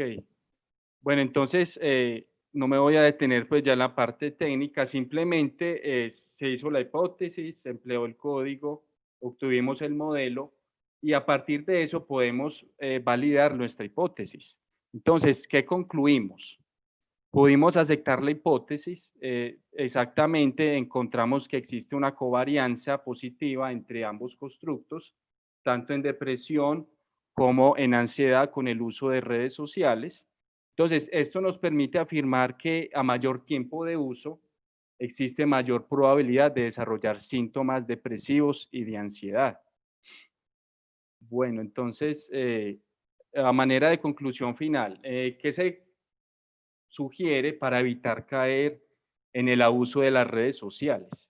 Controlar el tiempo de conexión a las mismas, no creerse por completo todo lo que publican ahí, tratar de identificar grupos en las redes que tengan cierta similaridad con nuestros gustos e intereses, no pasar la mayor parte del tiempo del día visualizando publicaciones de otras personas y sobre todo evitar pensar que debemos publicar algo para sentirnos aceptados. Bueno, entonces así por hoy te podría terminar ya con mi presentación. Muchas gracias, Juan José. No, y te digo, prefiero el diálogo porque la temática es bien interesante, pero nos toca un tanto en las redes, en el mundo digital, pensar en quién nos atiende y qué partes serán llamativas para traerle luego a la parte más compleja, ¿no? Sí, claro, claro, por supuesto. Básicamente, si queréis ahora, sería abrir cámaras y damos un espacio de diálogo. Bueno, así como también jugando un poco al rol de Santiago, si uno se pone ya años 90, principios del 2000, se encontraría con los jueguitos y empezamos a vivir una virtualidad. Empezaba nuestra cabeza a circular en otro espacio y en ese sentido las relaciones virtuales empezaban a tomar forma, ¿no? En los años 2000. había jueguitos de atropellar a gente que te ponían luego en lo que uno se encuentra en un Fast and Furious. No sé si jugaste tú, Santiago, algún jueguito de esos, pero sí, la Y cabeza... hablando, Juanjo, de años 80, de años 90, para que veas qué viejo que somos, cassette de Metallica. Bueno, te la banco. La gente de 30 años ni debe saber lo que era el cassette. Probablemente no. El tema está en que si nos virtualizábamos y ya se hablaba de la adicción a la BlackBerry, que ya no existe. No saben antes lo difícil que era escuchar música. No, hay que cargar un jueguito de computadora, había que meter la cinta en el Amstrad y que cargara. La cuestión es que nos virtualizamos y uno se encuentra que el año 2010 uno podía intentar prescindir del celular, decir, bueno, ¿saben qué? Ya no quiero estar conectado. El 2014 son cosas que yo hice experimento propio, ¿no? Podía dejar el celular, pero no tanto tiempo. Año 2020 no te dejan. Con lo cual, lo único que no ha cambiado... No es que no te dejan, básicamente no podés. No podés. Y lo que no ha cambiado, y ahí sí os doy la palabra, para conocer e intercambiar impresiones, es en que en ningún momento a la gente se la ha preparado para esa virtualidad. Es decir, avanzó muy rápido y cada vez se hizo más fácil, más sencillo, más adictivo. Yo digo, hay gente en psicología que se preocupa por prevenir, pero los que ganan más son los que se encargan de hacerte adictivo al tema. Lo que ocurre es que sí hay una falta muy grande en aterrizarte, ¿no? En conceptos clave para darle un marco. Y ahí vendrá luego al final la propuesta. Si os paso la palabra un tanto para esa reflexión, ¿no? Con lo que uno ve, pues depende en qué círculo te mueves, compartimos opiniones y eso es negativo, porque la mayoría está en otro círculo y no te das cuenta que lo que creas no llega más allá que tu ciclo más inmediato y ya se encarga Facebook, Google de reforzar tus creencias, es maravilloso, pero si no, cuando nos enfocamos en investigar vemos que hay un universo que requeriría meterle unos límites sobre todo ahora en las que mucha gente joven, y ahí volvemos un tema a formación, va a estar en inmersión frente a unos profesores que miran la tablet sin saber exactamente qué les va a decir, ¿no? Cómo va a gestionar eso. Y frente a una automatización, a inteligencia artificial, que luego te deja con unos limitantes, ¿no? Es decir, marque 1, marque 2, marque 3 y hasta aquí llegamos. Aileen, desde tu perspectiva y en el abordaje que realizas, que es muy importante el comportamiento, ¿qué impresiones, y no tanto impresiones, ¿no? Sino también retos y posibles líneas que se le puedan tirar a un aspecto que no tiene fronteras? Bueno, es muy interesante, Juanjo, lo que planteas. Hay un investigador que se llama Sanders van der Linden, de Holanda, que él básicamente lo que dijo es, bueno, ¿cómo podemos hacer para que la gente tenga más pensamiento crítico y entienda, bueno, cómo funcionan las redes sociales y cómo es que se hace que ciertas comunicaciones se expandan y se hagan virales? Y él lo que hizo fue diseñar un juego online divertido, en donde te enseñaban, ¿no?, cómo hacer el tipo de comunicaciones virales, qué características tenían que poner a las comunicaciones, y luego la gente lo tenía que practicar, y en función de eso recibía cantidad de followers. Y luego lo que hicieron fue medir antes y después, digamos, la capacidad de estas personas de detectar lo que se llama la desinformación o fake news, o sea, estos tipos de estímulos que fomentan el fake news. Y lo que vieron es que justamente eso, el poder entrenarse en el ojo crítico y lograr como practicarlo, le daba a la gente lo que se llama awareness, ¿no? Conciencia de estas pequeñas cosas que hacen que nos comportemos de cierta manera en las redes sociales. Entonces, acá tomando un poco lo que Carlos estaba, digamos, concluyendo sobre qué acciones hay que generar, me parece que pensamiento crítico en la sociedad es la primera cosa que tenemos que buscar. Y pensamiento crítico implica dándoles información de cómo funcionan las redes, porque nada, lanzamos a las personas a estos contextos sin, como vos decís, sin preparación y sin decirles las consecuencias, tanto positivas como negativas, que tienen.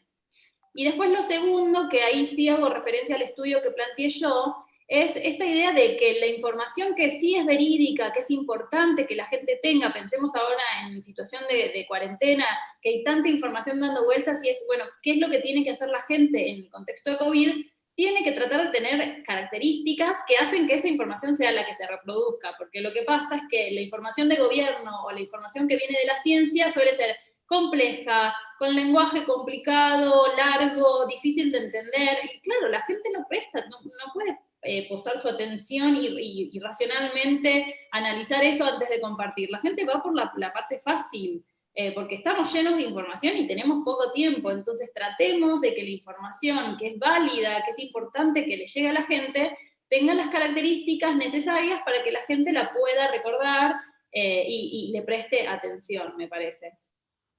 Está bueno, igual es un tema que hace poco propuse por el auge de los juegos de apuestas en Internet, ¿no?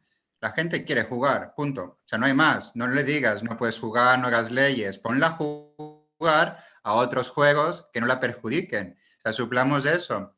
Por esa parte ya conversaremos, porque la Unión Europea, o lo que queda de ella, sí tiene interesantes líneas de financiación en ese sentido, y nos acompañó en la mesa de ayer una experta en realidad virtual y otros programas que, bueno, digamos que ha tenido esa labor, ¿no? De usar la tecnología para fines positivos. Yo creo que también va por ahí, ¿no? En que se practiquen esos contextos.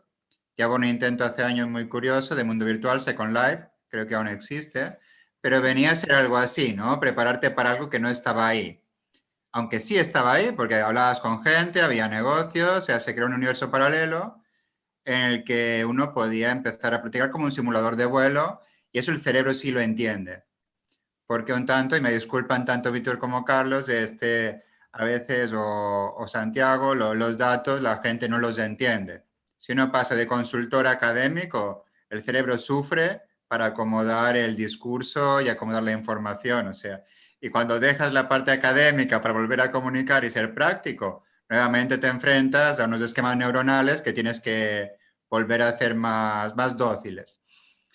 Carlos, así como veníamos ahora, por favor, entre esos retos que le apuntas y líneas, viendo un tanto el panorama, es decir, sí hay un espacio muy grande y ahora mismo pues será el momento de prepararse bien, ¿no? Porque igual la gente lo que demanda ahora es mantener lo que había antes, volver a algo, que era que las redes ya estaban ahí, pero ahora quieren mayor rol.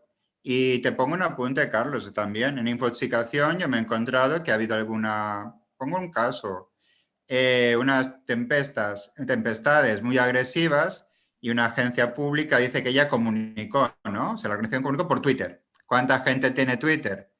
La información acaba diluida en qué son canales oficiales, qué son medios creíbles, cuando gobiernos y agencias públicas te acaban contactando por redes que presupone que debes tener o se quedan tan tranquilos. O sea, no solo hay mucha información sin una organización, que eso es fundamental, sino que aparte organismos público-privados hacen uso de las redes pensando en, bueno, unos a cuánta gente llegan para vender y otros que les da un indicador como para decir, bueno, respondieron tantos, hubo tantos retweets, o sea, yo lo he hecho bien. ¿Qué opinas, Carlos? Y igual, también culmina tu intervención. Bueno, Juanjo, de hecho, hay algo bien interesante, ¿cierto? En la misma línea que plantea Aileen, en términos de la formación, de la educación y también pues, la construcción de esa conciencia crítica que requerimos desarrollar, hay un elemento ahí fundamental y es superar esta representación social de lo que ocurre en Internet no es real, ¿sí? Parece como un elemento transversal a todas pues, las prácticas humanas que ocurren en Internet y es justamente esa percepción de, no, es que es en Internet, no le preste atención, no, es que la vida real es distinta a Internet, ¿sí? Entonces, bueno, creo que superando esa idea, que, insisto, es un reto tremendo que tenemos, ¿sí? Internet es justamente como otro pliegue de la misma realidad. Lo que ocurre en Internet pues tiene efectos en la vida análoga, ¿sí? Ya también pues Santiago, Víctor, todos, Aileen también lo señalaban, como que a ti te insultan en internet y no se siente mal el avatar tuyo en internet, te sentís mal vos, ¿cierto? Por algo que ocurre en un entorno digital. Entonces, bueno, creo que habrá que seguir trabajando justamente en esa representación. Cuando me propones este día, claro que también las instituciones se constituyen como un canal y un vehículo de información, entran a competir, ¿cierto? En esta dinámica contemporánea de mercado, a competir con todos los otros emisores de información. Y ahí la tienen bastante compleja, justamente por una crisis de confianza en la institucionalidad, ¿cierto? Que, bueno, percibo es general, en Latinoamérica se exacerba, ¿sí? Y en momentos coyunturales como este, pues todavía más. Y muy vinculado a lo que dice pues justamente Aileen, la forma en la que comunica la institución no atraviesa la subjetividad, no vincula afectiva y emocionalmente a las personas entiendo, y es una de las críticas pues que constantemente se hacen, sienten distante estos elementos, no sienten ser el sujeto de esa comunicación.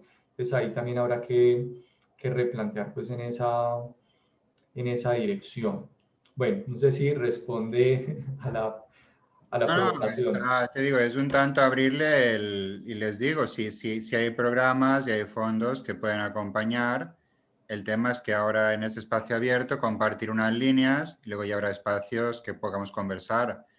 Santiago, de igual manera, te encuentras con Media España que tiene a niños conectados a TikTok y van a estar yendo a clases un día sí, un día no, semana sí, semana no, estando en casa. Y ahora lo mismo que habría en el patio del colegio, pero con el componente del aburrimiento de estar en casa. Es decir, el ciberbullying que igual, o el trolling, o sus demás, el sentirse solo puede venir ahora también derivado de una nueva realidad, ¿no? El decirles, la escuela, estar todos juntos es peligroso por un motivo de salud, pero tu canal de comunicación es una pantalla a través de la cual tú quieres expresarte, comunicarte y vamos a ver qué se va a perseguir, ¿no? Porque ese espacio realmente no se aborda. Lo que se aborda es, estén conectados, estarán más tranquilos. Digo, bueno, depende, porque si yo no estoy en contacto con gente, puede que mi tranquilidad pues no sea tanta, ¿no? Puedo tener desviaciones de comportamiento.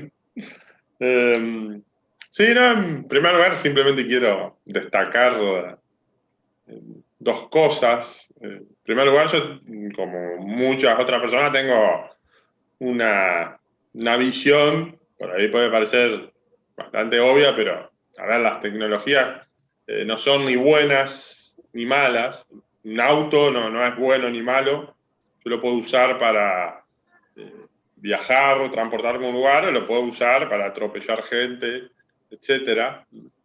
Lo que yo destaco es que hay que hacer un uso consciente y por ahí un poco añadiendo lo que los otros señalaban de un uso crítico de las nuevas tecnologías. Por ejemplo, hoy en día en pandemia, imaginemos si esta pandemia no hubiese agarrado sin las nuevas tecnologías. Se nos complicaría mucho más trabajar, el tema de la comunicación, de mantener el aislamiento. Por ahí obviamente hay que hacer un uso crítico porque, a ver, ningún padre, me imagino yo, a los 4 o 5 años, le dijo a su hijo, salí a la calle solo. Ah, ¿querés salir a la calle? Salí. Hoy en día, como ya estamos tan invadidos, están tan presentes las nuevas tecnologías, como vos decís, niños de 4 años tienen TikTok, a los 1, 2 años uno ya le da la tablet que se vuelve un chupete electrónico y obviamente ahí, si no hay formación, si no hay una guía del uso crítico de las nuevas tecnologías, de para qué son positivas, cuáles son sus riesgos, porque por ahí los adolescentes, como yo un poco, que por ahí sí un poco complejo, por ahí el que no está familiarizado con el tema de la investigación, pero como el adolescente, a nivel de bullying, lo que más le afectaba no era tanto que le manden mensajes que lo insulten, sino el verse el excluido.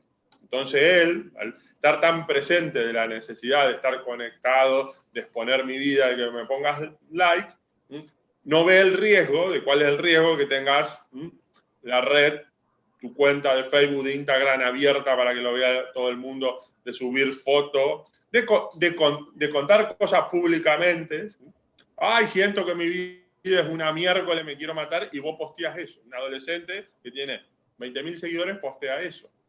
A ver, eso se habla cara a cara con un amigo, con un adulto, no se expone en las redes sociales porque corrías el riesgo de, si sos un menor, que te hagan grooming, que te hagan ciberbullying. Por eso, mi filosofía, siguiendo con la de muchos investigadores, yo simplemente transmito, no es que cree nada, es que a lo que hay que apuntar es un uso crítico y constructivo de las nuevas tecnologías. Y son fantásticas para recrearnos, para comunicarnos, para informarnos, pero siempre apelando a un uso crítico, y que en algún momento también hay que desconectarse de las nuevas tecnologías. Y también, por supuesto, de que, porque uno a veces le dice a los adolescentes, bueno, no uses, no estés 15 horas conectado, no estés hasta las 4 de la mañana, y a veces el adolescente te dice, ah, bueno, vos estás 10, 12 horas, pero también es, si usamos las nuevas tecnologías con una meta específica. Ustedes, nosotros, estaremos 12, 10 horas, uno está escribiendo paper, escribiendo libros, haciendo PowerPoint, yo qué sé, viendo algunos capítulos de Cobra Kai, que no está mal. El problema es los adolescentes, la gente joven, que, dicho así, perdonen la expresión, pero muy argentina, si las usamos para boludear. Hoy en día el problema de los adolescentes es que la usan mucho para... que estoy aburrido, entonces me pongo ahí Instagram y paso viendo fake news, noticias, y comparto cualquier cosa. Compartan esta foto de fulano que es violador. ¡Ah, el violador!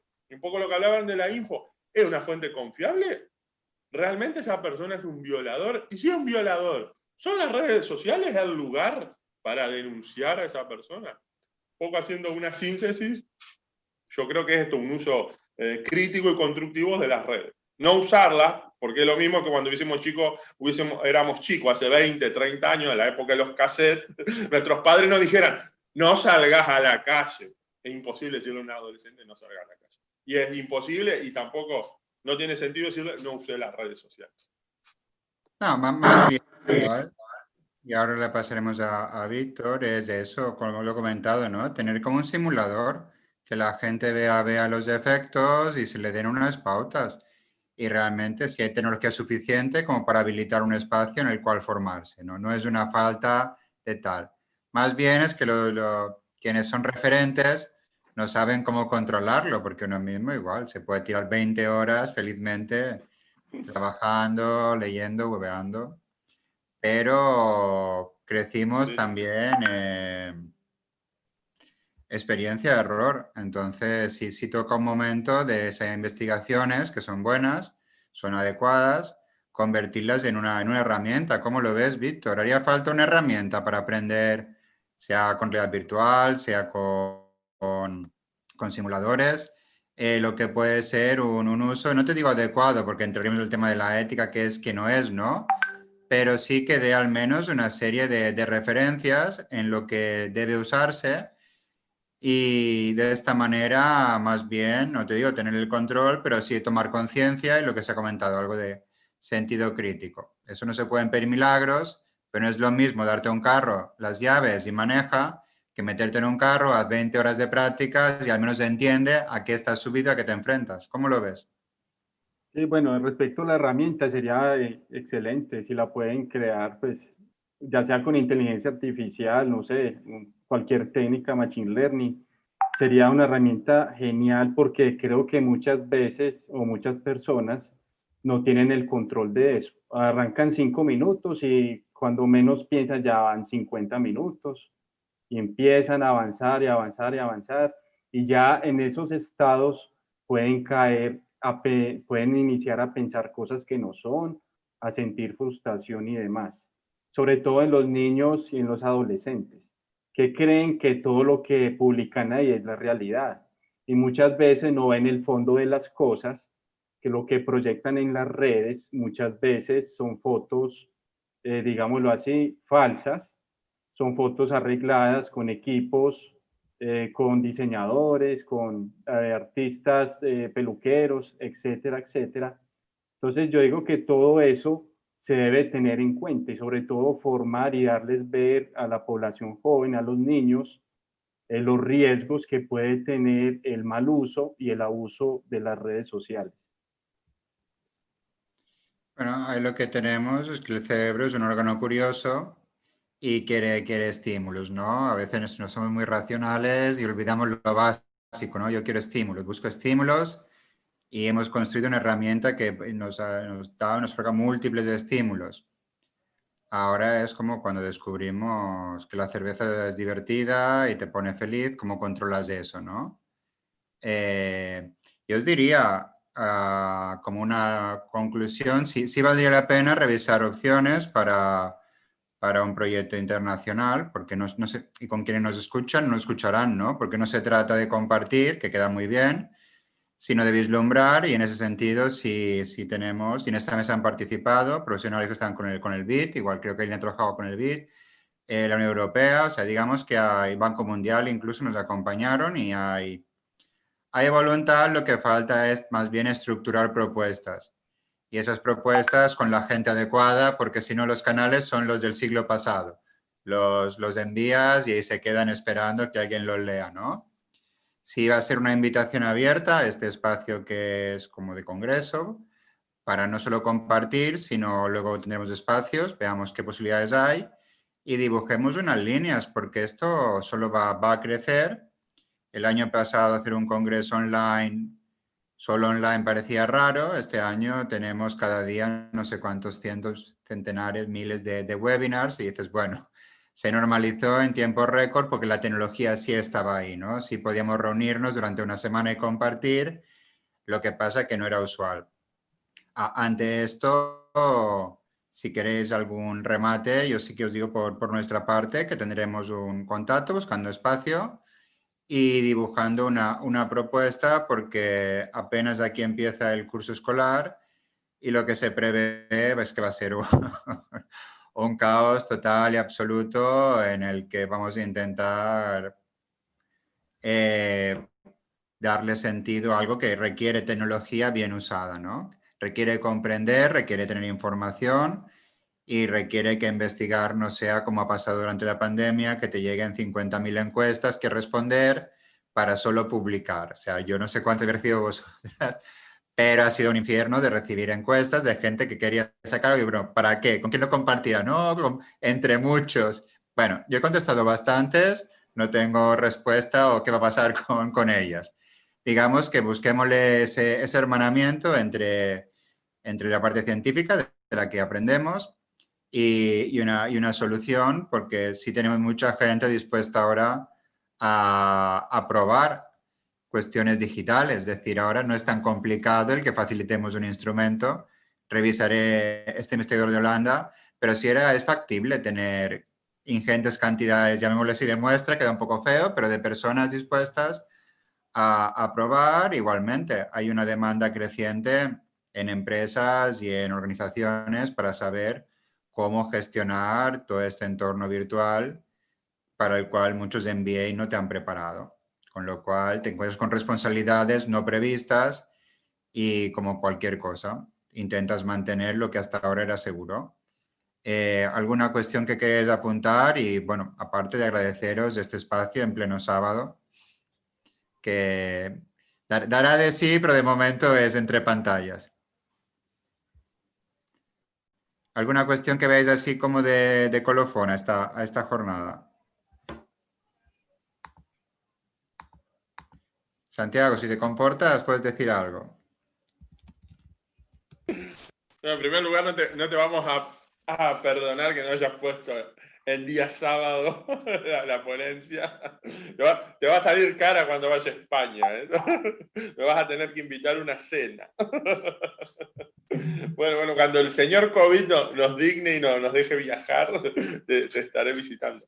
No, creo que un poco también lo que vos decís, Juanjo, de la importancia de generar vínculos y también lo que vos decías, que no quede simplemente en escribir paper, que por ahí es un poco la vocación de los científicos, pero creo que también la difusión y las actividades de prevención son muy importantes, y también ojalá a partir de este encuentro, bueno, podamos seguir en contacto tanto con Víctor Ailín, Carlos, Mora, porque yo creo que hoy en día el trabajo interdisciplinario para abordar los temas psicológicos es vital. Por ahí yo vengo más de la psicología del desarrollo, pero yo creo que hoy en día mantener diálogos con otras disciplinas, tanto Ailín, que tal vez yo creo que por su perfil viene más del campo de la neurociencia, de la neuropsicología,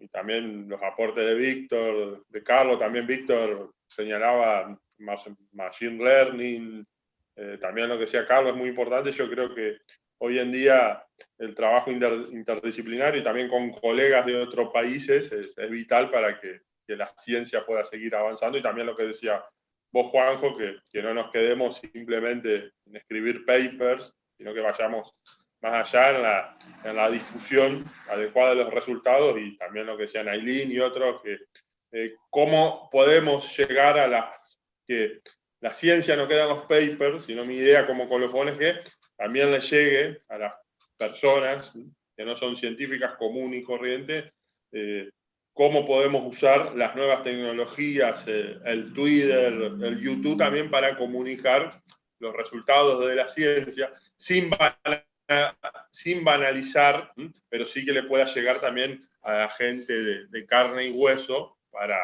que tenga una mejor calidad de vida. Yo creo que por ahí eso es lo que tengo, humildemente, para aportar. No, sí, por ahí va. Al final, este tema lo iniciamos hablando de salud digital, pero la salud es todo, ¿no? Es holístico, es decir, uno no puede dejar lo físico, lo emocional, y como comentamos, ¿no? Hay un exceso de estímulos para el cual el cerebro no estaba preparado. Nacías en un pueblo, no tenías más alternativa que ver la montaña, el río delante. Ahora ves cosas que a lo mejor no tendrás nunca, pero sabes que puedes llegar o las deseas. Como las deseas, te vas a cruzar medio mundo, ni que sea caminando o pateras como antes, pero más a la incertidumbre, ¿no? Se cruzaba el océano. Ahora es más agresivo, tienes estímulos. Da igual que hayas nacido en Alaska, que en Ciudad del Cabo, yo qué sé, se puede decir ejemplos, pero bueno, luego se excluye a otros. En ese sentido, el perfil investigador es bueno porque investigar te ayuda un tanto a estructurar información, que va a hacer mucha falta, y luego es que el paper sea tangible, o ni que sea tangible, sea luego articulable, ¿no? No alimentar bases de datos que creo que están bastante rellenitas. Bueno, Ailín, Carlos, Víctor, ¿alguna cuestión final? Tranquilos que la semana que viene, pues yo les mando unas botellas, pero de agua, por supuesto. Pero sí buscamos un espacio para ir viéndole, porque este congreso tiene una particularidad, es que la gente que participa hay contacto con todo el mundo. O sea, no es nos encontramos, a lo mejor nos vemos más, interlocutamos con asiduidad o con tiempo, viendo posibilidades. No se queda solo en qué bueno que hablaron, cualquier ponencia que hayan visto, las del año pasado, las de este, queda todo, vamos mejorando la edición, porque al final vivimos en un mundo muy mediático, y de esta manera también es pensar, no hace falta que sea directo con uno o con otro, pero sí vale la pena porque es gente que tiene muy buena predisposición, y eso ahora mismo es fundamental. Aparte del tiempo que dedican a trabajar, ver la posibilidad de colaborar es de agradecer. Bueno, Juanjo, yo aprovecho y también te agradezco este espacio, y bueno, a todos los que estamos acá. Creo que bueno, lo que se rescata es eso, tratar de fomentar el pensamiento crítico. Este tipo de sesiones son súper interesantes, y como vos dijiste, esto de pensando que esto lo está viendo cualquier tipo de persona, con lo cual estamos comunicando, estamos haciendo ese puente entre la ciencia y el resto de la sociedad, y hay que seguir trabajando en eso. Y como dijo Santiago, ¿no? Tratar de fomentar la interdisciplina. La realidad es tan compleja que no se puede abordar desde una sola disciplina o un solo punto de vista. Así que creo que ya nos damos cuenta del beneficio de esto, nos estamos pasando nuestros contactos entre nosotros, y nada, bienvenido sea todo aquel que quiere comunicarse para empezar a pensar algo de acción para tratar de tomar lo positivo de las redes que nos conecta a lo largo de todo el mundo y tratar de pensar algo para aminorar lo negativo que tienen.